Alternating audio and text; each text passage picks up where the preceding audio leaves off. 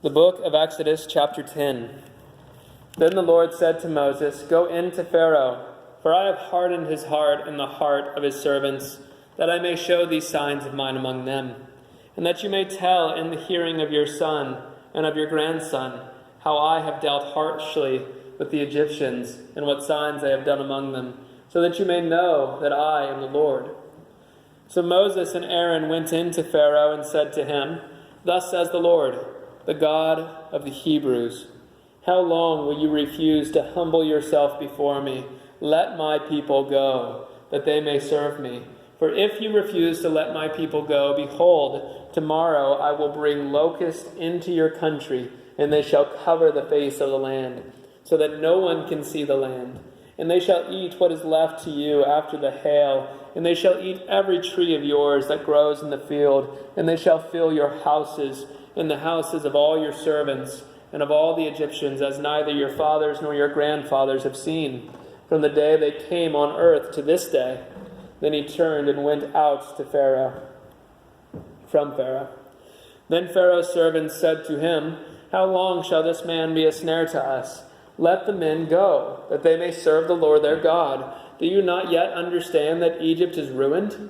So Moses and Aaron were brought back to Pharaoh, and he said to them, "Go, serve the Lord your God, but which ones are to go?" Moses said, "We will go with our young and our old. We will go with our sons and our daughters and with our flocks and herds, for we must hold a feast to the Lord." But he said to them, "The Lord be with you, if ever I let you and your little ones go. Look, you have some evil purpose in mind.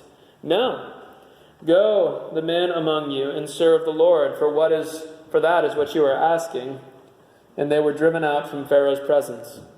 Then the Lord said to Moses, "Stretch out your hand over the land of Egypt for the locust, so that they may come upon the land of Egypt and eat every plant in the land, all that the hail has left." So Moses stretched out his staff over the land of Egypt, and the Lord brought an east wind upon the land all the day and all the night. When it was morning, the east wind had brought the locust. The locust came up over all the land of Egypt and settled on the whole country of Egypt. Such a dense swarm of locusts as had never been seen before, nor ever will be again. They covered the face of the whole land, so that the land was darkened, and they ate all the plants in the land, and all the fruit of the trees that the hail had left. Not a green thing remained, neither tree nor plant of the field, through all the land of Egypt. Then Pharaoh hastily called Moses and Aaron and said, "I have sinned against the Lord your God and against you. Now therefore forgive my sin, please, only this once, and plead with the Lord your God only to remove this death from me." So we went out from the Pharaoh and pleaded with the Lord. And the Lord had turned the wind into a very strong west wind, which lifted the locust and drove them into the Red Sea. Not a single locust was left in all the country of Egypt. But the Lord hardened Pharaoh's heart, and he did not let the people of Israel go.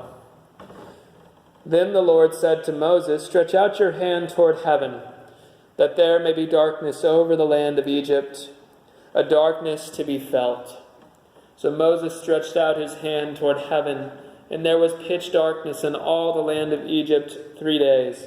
They did not see one another, nor did anyone rise from his place for 3 days. But all the people of Israel had light where they lived. Then Pharaoh called Moses and said, "Go, serve the Lord. Your little ones also may go with you. Only let your flocks and your herds remain behind." But Moses said, "You must also let us have sacrifices and burnt offerings, that we may sacrifice to the Lord our God. Our livestock also must go with us. Not a hoof shall be left behind, for we must take of them to serve the Lord our God. And we do not know with what we must serve the Lord until we arrive there."